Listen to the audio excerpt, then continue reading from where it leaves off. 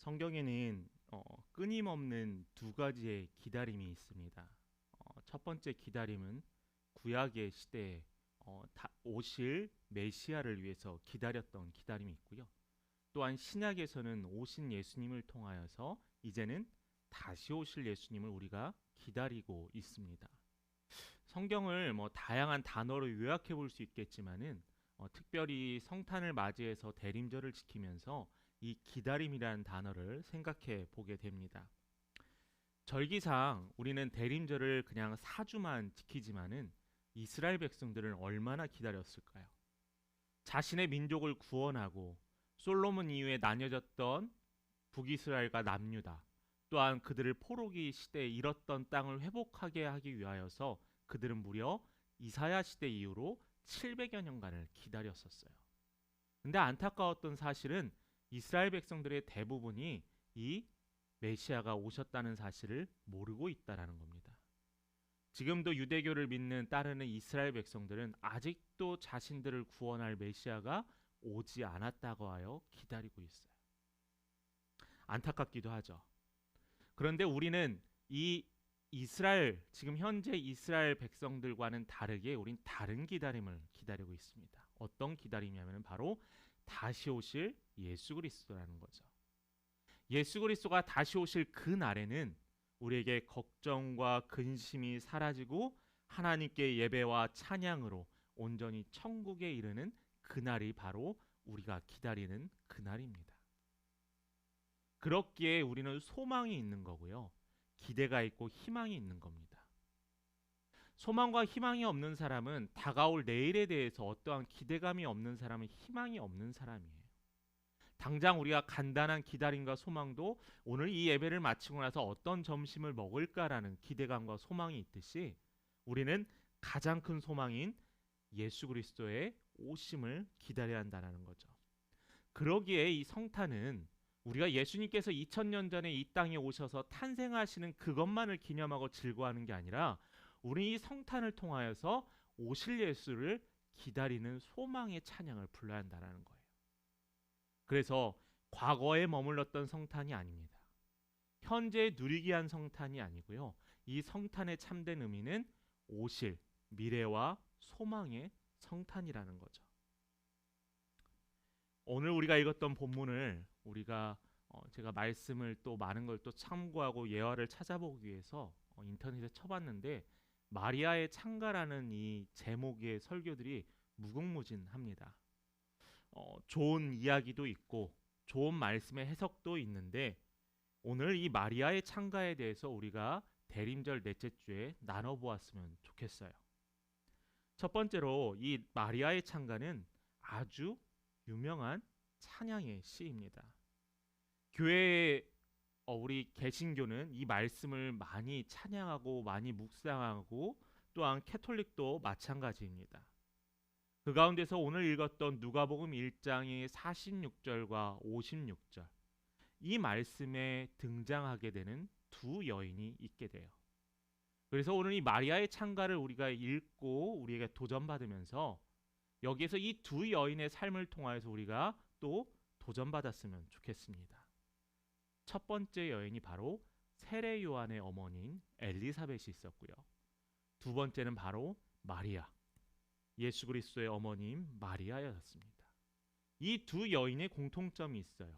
후에 더 자세하게 이야기하겠지만은 임신이라는 공통점이 있었고요. 두 번째로는 이 둘은 이 임신을 통하여 비정상적인 것을 체험하게 돼요. 한 여인은 나이가 많았고 한 여인은 동정녀였습니다. 그리고 또한 이 둘의 공통점은 성령이 그들 안에 내주하셨다라는 거예요. 그래서 오늘은 우리 이 두 가지 공통된 사실을 통하여서 마리아의 찬양을 찬양할 수밖에 없는 이 상황에 대해서 우리 함께 나누었으면 좋겠습니다. 여러분 주보에 나와 있는 그 말씀의 그 순서에 따라 보면은 첫 번째로 우리가 이 말씀의 제목을 마리아의 창가라고 이야기하고 있지만은 마리아는 사실은 찬양할 수 없는 상황에 있어요. 누구나 기뻐할 수 있는 순간에 기뻐하면 누구나 할 수 있는 겁니다. 누구나 고마워할 수 있는 순간에 고마워하면 누구나 할 수 있는 거예요. 그런데 마리아의 현재 처한 상황은 찬양하거나 기뻐하거나 할 수 있는 그러한 상황에 이르지 아니했다는 거예요. 하물며 아무런 감정 없는 상태가 아니라 인간의 눈으로 봤을 때는 그들은 마리아를 봤을 때 불쌍하고 어떡하냐 하면서 혀를 찢찢 찰 정도의 상황이었다라는 거죠. 마리아의 고향은 베들레헴이었습니다. 그의 약혼자인 요셉은 유다 지파였고요.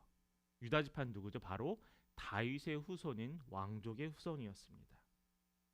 약혼자인 요셉과 이 마리아는 천사로부터 한 소리를 듣게 되죠. 바로 말 못한 사연의 시작이 바로 여기서부터 시작이 됩니다. 우리 1장 31절의 말씀을 함께 같이 읽어보겠습니다. 시작. 보라, 내가 잉태하여 아들을 낳으리니 그 이름을 예수라 하라. 자, 이 천사가 전한 이 말을 통하여서 마리아와 요셉에게는 그들의 삶에 걱정이 생기기 시작합니다.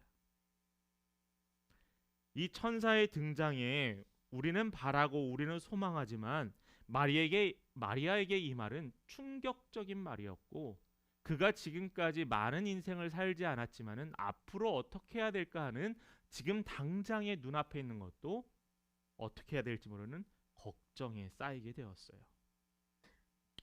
본문에서는 약혼한 마리아는 결혼에 대한 꿈을 꾸며 기대와 행복감으로 살았을 겁니다. 마치 지금의 신부가 결혼을 준비하듯이요. 그런데 이 여인에게 잉태라는 사실은 공포 그 자체였습니다. 왜냐하면은 말씀에 나와 있죠. 신명기 22장 23절과 24절 초반에 나와 있습니다. 제가 읽겠습니다. 처녀인 여자가 남자와 약혼한 후에 어떤 남자가 그를 성읍 중에서 만나 동침하면 너희는 그들을 둘 다 성읍문으로 끌어내고 그들을 돌로 쳐 죽일 것이니. 모세오경에 나와 있는 이 율법에 따르면은 결혼하지 않은 이 두 남녀가 동침하게 되고 잉태하게 되면은 그들은 어떻게 되죠? 바로 돌로 쳐 죽임을 당한다라는 거예요. 그래서 이 천사의 말은 마리아에게는 걱정이었다라는 거예요. 결국 이 말을 기억하고 있던 마리아는, 신명기의 말씀을 기억하고 있던 이 마리아는 공포 그 자체였습니다. 우리가 신앙생활하면서 신앙생활뿐만이 아니죠. 우리 삶에서도 쉽게 이야기를 합니다. 쉽게. 마리아가 예수를 잉태했으니까 얼마나 기뻐해야 되는 거야. 당연히 기뻐하고 감사해야지 하는데 이건 너무나 쉽게 생각하는 게 아닐까요? 마리아가 하나님의 복과 은혜를 받은 사람이야 라고 쉽게 이야기할 수 없다라는 거예요. 만약 여러분들이 경험하였다면 이렇게 쉽게 이야기할 수 있었을까? 그냥 간단하게 처녀가 잉태했다고 넘어갈 수 있었을까? 마리아도 사람이었고 두려움이 많았던 어린 소녀였지만, 또한 우리가 신앙생활의 여정을 가면서 모든 사람이 어려움과 두려움을 극복할 수 있다라는 믿음이 있지만은, 근데 그것이 교만이고 자만일 수 있다라는 거예요. 교만이고 자만. 왜냐하면은 별거 아니야. 나는 충분히 할 수 있어. 스스로의 자신감과 자존감이 오히려 하나님을 뛰어넘는 교만이 될 수 있다라는 거예요. 그래서 말씀에 보면은 마리아는 두려워했다라고 했어요. 지극히 똑같은 인간의 마음이었습니다. 그러나 그 여인에게는 다른 그를 돕는 하나의 말씀이 있었다라는 거죠. 제가 지난주에 우리 교회 성도님들한테 문자를 하나 보냈습니다. 기억하시나요? 그때 보냈던 문자의 내용이 그날이 금요일 날 아침이었는데 코로나가 이제 4단계로 좀 강화된다라는 이야기였습니다. 확진자가 7천여 명이 넘고 며칠 동안 어려웠던 시기였었죠. 그런데 새벽에 예배드리면서 기도하면서 주셨던 마음은 두려움과 걱정으로 살아가는 이 시대의 우리 성도님들, 또 이 시대에 살아가고 있는 우리 모든 사람들을 향한 안타까움이 들었어요. 다른 이들에게는 이 이야기가 뜬구름 잡는 이야기일 수 있겠지만은 우리에게는 확실한 분이 계세요. 인도하실 하나님이라는 거죠. 그래서 우리가 신앙생활을 할 때 내가 지금 어려운 것을 극복하기 위한 신앙생활이 아니라는 거예요. 나에게 주어졌던 이 상황을 어떻게 하나님으로 눈으로 바라보고 어떻게 해석할지에 대한 힘을 얻는 것이 신앙생활이라는 거죠. 누구나 똑같은 사람들이 판단하는 평가의 기준이 아니라 우리는 달라야 돼요. 왜냐하면 우리는 하나님의 백성이니까요. 그래서 주어진 환경과 상황을 믿음의 눈으로 바라보고 이끄실 하나님을 기대하라는 하나님의 지혜였었습니다. 마리아도 주어진 사실을 걱정하였지만 믿음으로 받아들였어요. 그렇지만 마리아는 걱정을 하죠. 내가 이 이후에 있지는 않겠지만 누가복음 1장 31절 이후에 보면은 내가 어떻게 해야겠습니까? 내가 지금 죽임 당할 수 있는데 내가 어려움 당할 수 있는데 어떻게 해야 하겠습니까? 라고 묻게 됩니다. 그때 바로 성령님께서 마리아에게 함께 해주신다는 거죠. 마리아는 천사로부터 거룩한 이는 하나님의 아들이라는 이야기를 듣게 되고 그에게 은혜를 허락하였어요. 마리아는 이 놀라운 말씀을 받아들이고 신뢰했습니다. 순종하였어요. 마음이 그렇지만 온전히 찬양하기에는 부족하였어요. 우리도 그러잖아요. 신앙생활하면서 하나님만 믿습니다. 그런데 차마 제 마음에서 하나님께 찬양은 안 나와요. 하나님이 용서하라고 하셨죠. 그런데 차마 제가 저 사람은 용서 못하겠어요. 그러한 삶이 우리 안에 충분히 있잖아요. 마리아에게도 이러한 똑같은 사실이 일어난다는 겁니다.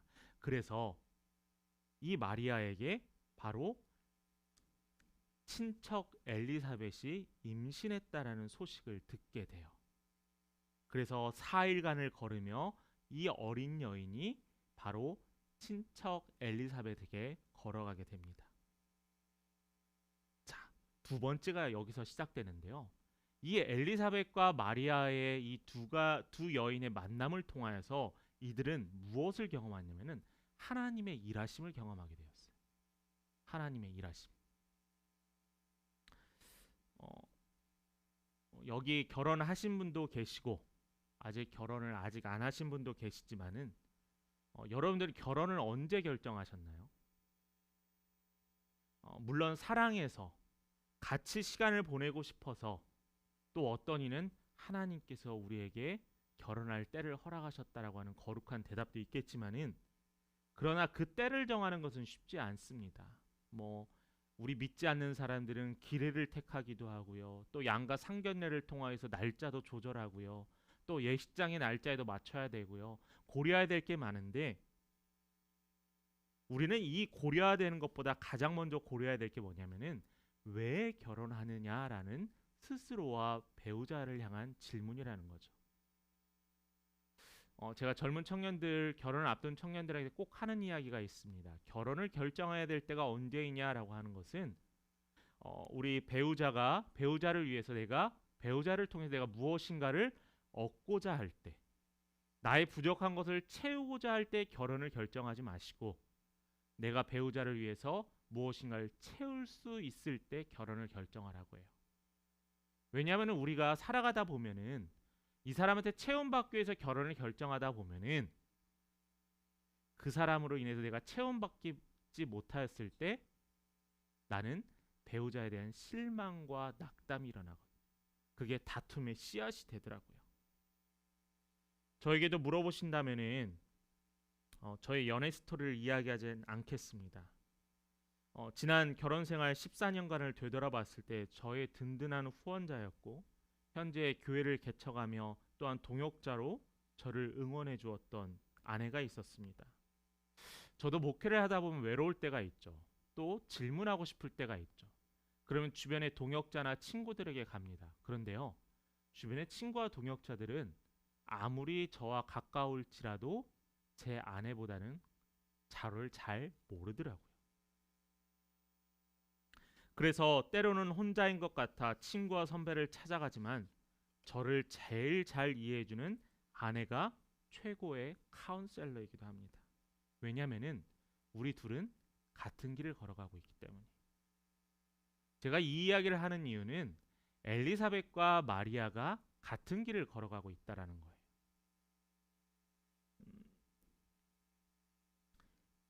누군가는 이야기를 합니다. 충고하는 것. 사람들은 충고를 많이 쉽게 해요. 그 사람에 대해서 오랫동안 생각하지 않고 쉽게 충고를 합니다. 왜냐하면 나는 거기에 대해서 책임을 질 필요가 없기 때문에. 유튜브를 보면은 뭐 코인이나 부동산이나 주식에 대해서 이야기하는 사람들이 있습니다. 뭐 물론 그 사람들 자신들의 성공 경험담을 이야기는 하죠. 그런데 그 사람들을 따라서 투자했는데 그 투자가 완전히 돈이 없어질 정도로 망했습니다. 그 유튜버나 그 자신을 소개해 준 사람이 책임져 주나요? 아니요, 절대 그렇지 않아요. 책임은 누구냐면은 나 혼자라는 거예요. 그런데 이 엘리사벳과 이 마리아라는 이 두 여인은 공통점이 있었죠. 아까 우리가 설계 초기에 이야기했듯이 임신이라는 공통점이 있었습니다. 결혼하지 않은 여인 이 마리아에게 이 임신은 청천벽력 같은 일이었고 불가능한 일이었고요. 또한 나이가 너무나 많아서 임신할 수 없었던 이 엘리사벳에게 임신이라는 것은 불가능한 일이었다라는 겁니다. 그래서 이 마리아는 불가능한 일을 경험한 자신의 친척 엘리사벳에게 조언을 구하길 원했어요. 구약의 예언대로 메시아의 길을 예비하는 자인 세례 요한을 출생하는 여인이었던 이 엘리사벳. 요한은 구약의 마지막 선지자로 예수님이 오실 예수님을 예비하는 자였습니다. 우리가 너무나 잘 알고 있죠. 그렇다면은 세례 요한이 예수님의 사역을 예비했듯이 엘리사벳은 마리아의 걱정과 두려움을 들어주며 그를 위해 위로해주는 역할이 엘리사벳의 역할이었던 거예요. 하나님께서는 이를 준비했다라고 저는 확신합니다. 세례 요한이 예수님의 사역만을 예비했던 게 아니라 예수를 잉태한 마리아를 위해서 엘리사벳도 준비케 하셨다라는 거죠. 그래서 그녀에게 같은 길을 걷게 하셨다라는 겁니다. 41절의 말씀을 함께 같이 읽어봅니다. 41절입니다. 우리 함께 읽겠습니다. 시작.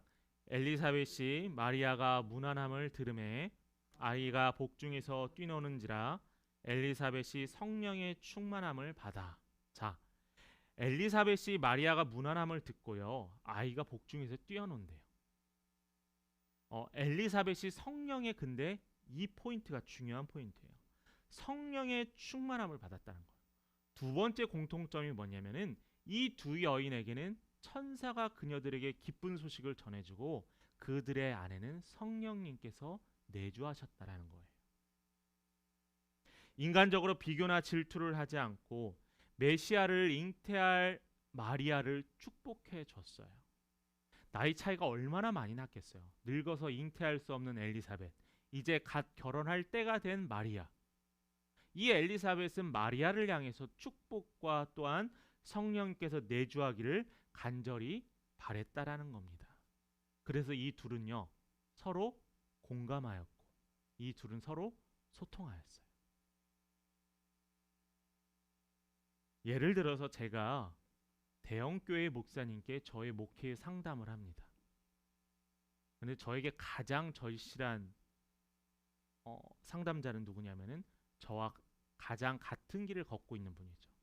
그래서 제가 개척을 준비하는 2년 동안 만났던 몇 분들의 개척을 시작하신 목사님들이 있습니다. 그분들의 현실적인 이야기, 그분들의 어떻게 상황에 대처해야 되는 이야기들, 또한 실패했던 이야기들도 듣게 됐습니다. 그랬던 것처럼 이 마리아도 자신과 같은 길을 걷고 있는 이 엘리사벳을 통하여서 그녀는 축복의 통로가 될 수 있도록 하셨다라는 거죠. 우리의 삶에서 오직 성령의 충만함이 있을 때만 주의 뜻을 따를 수 있습니다. 여러분, 마리아가 예수님께 잉태한다는 소식을 듣고 천사가 하나님께서 너와 함께 하신다는 이야기를 들었지만은 마리아는 그때 당시에 하나님께 찬양하지 않았어요. 마리아가 언제 찬양했냐면은 엘리사벳이 그녀를 축복하고 성령이 충만했을 때 바로 찬양했다라는 거예요. 이게 바로 세 번째입니다. 마리아는 찬양했어요. 아니, 엄격히 말하면은 마리아는 찬양할 수밖에 없었다라는 거예요. 왜냐하면 그녀의 안에 성령이 충만하였기 때문이에요. 42절 말씀을 함께 같이 읽어봅니다. 큰 소리로 불러 이르되 여자 중에 내가 복이 있으며 내 태중의 아이도 복이 있도다. 엘리사벳이 마리아의 태중에 또한 마리아를 향해서 축복합니다. 축복하자마자 마리아는 즉각적으로 반응해요. 마리아는 성경 속에 가르치고 있는 나를 향한 목적을 깨닫고 고백합니다. 그리고 하나님을 향한 기쁨과 소망으로 찬양해요. 기적적으로 임신한 이 두 여인의 만남, 결국에는 마리아를 통하여서 그녀의 입술을 통해서 감사의 찬양이 나타나게 되는 겁니다. 그게 바로 오늘의 말씀인 46절과 56절의 찬양이죠. 그 여인의 찬양에 우리가 한번 살펴보았으면 좋겠습니다.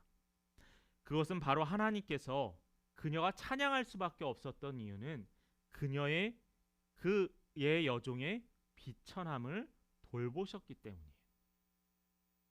자, 무엇이죠? 이 고백은 두 가지의 의미를 갖고 있는데, 첫째는 그의 여종이 비천하기 때문에 돌보셨다는 거예요. 그녀가 능력이 있고 그녀가 대단하고 그녀가 신앙이 뛰어나고 제사장의 역할을 감당해서의 그 능력을 보신 게 아니라 그녀가 비참했기 때문이에요.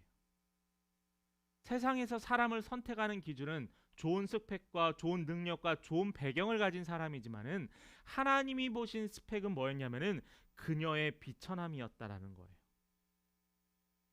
이것을 역으로 말한다면은 마리아가 비천하지 않았다면은 그녀를 돌보지 않았다라는 거예요.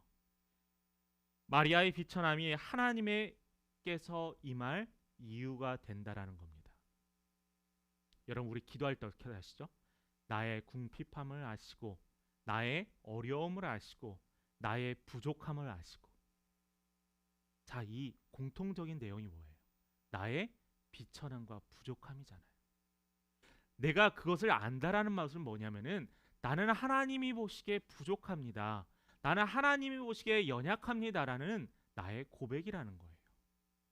그래서 그 고백을 통하여서 무엇이 연결되냐면은 하나님, 내가 연약한데 나를 좀 생각해 주세요. 하나님, 내가 아픈데 나를 좀 낫게 해주세요.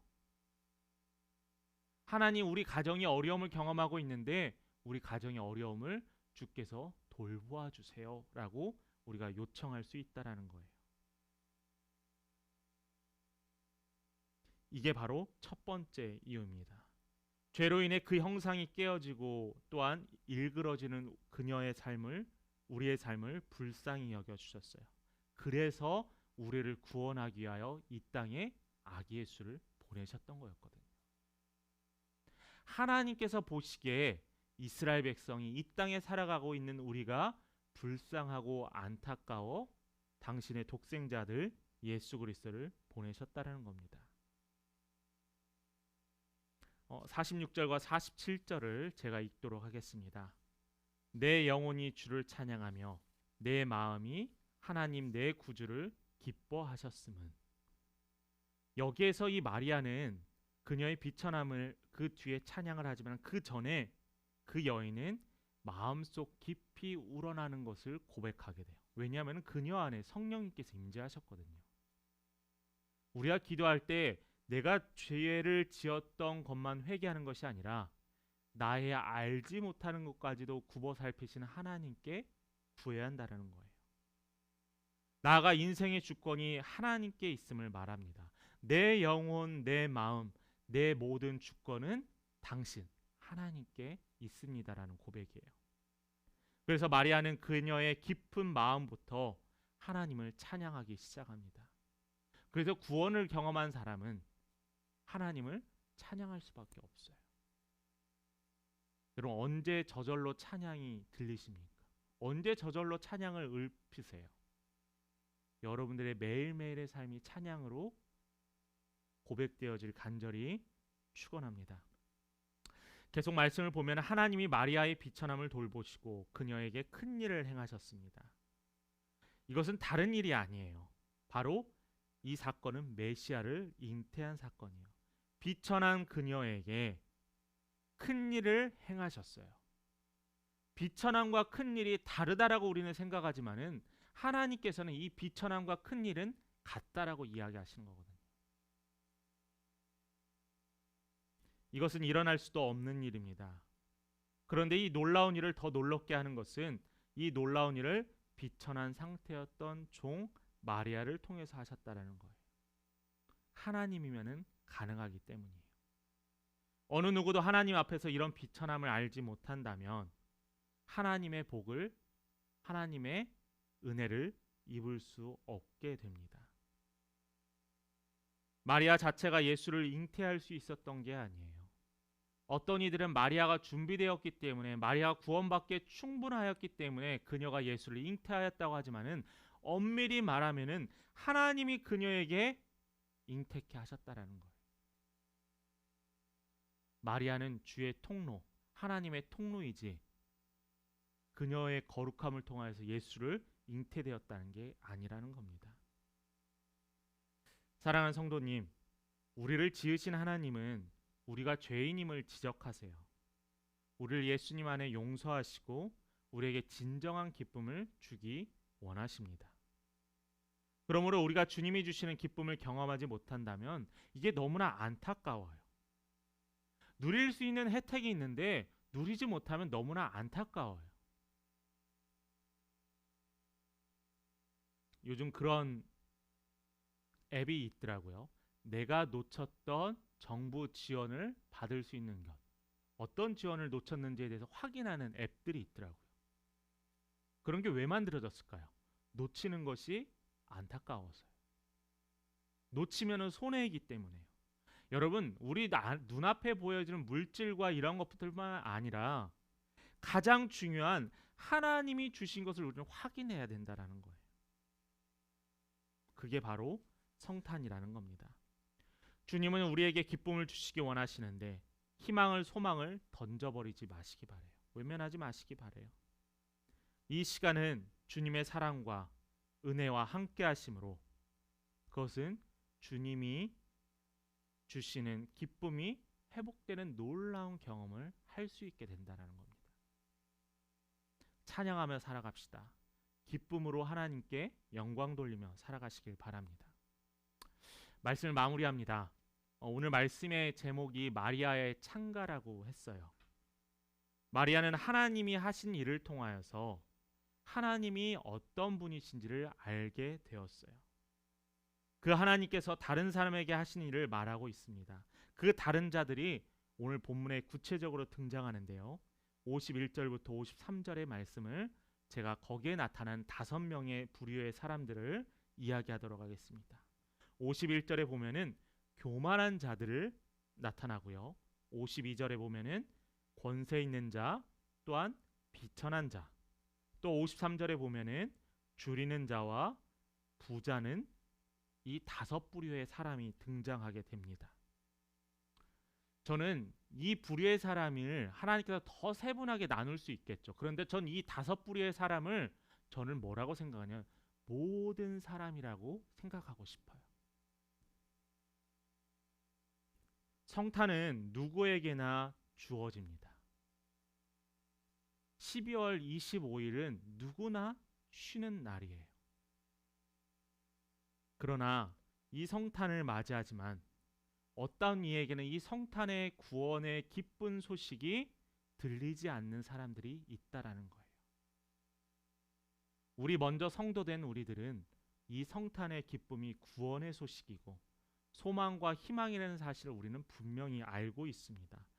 나만 경험하고 내가 알고 있는 이 특별한 경험이 이제는 이 성탄을 맞이해서 모든 사람이 경험하는 일반적인 경험으로 변화되어야 될 것을 우리는 소망해야 돼요. 그게 예수님께서 이 땅 가운데 승천하시면서 우리에게 말씀하셨던 약속의 말씀이기도 합니다. 여러분들 특별한 성탄, 모든 이들에게 이 특별한 성탄이 전하여졌으면 좋겠습니다. 마리아에게 말씀하셨던 하나님, 하나님이 행하시는 일은 단지 이 마리아에게만 행했던 것이 아니라 또한 마리아만 찬양하는 것이 아니라 이 성탄을 맞이하여서 하나님을 두려워하고 하나님을 알지 못하는 모든 이들에게 이 성탄의 소망이 늘 함께하기를 기도하고 이를 위해 힘쓰시는 믿음의 성도님 되시기를 간절히 축원합니다.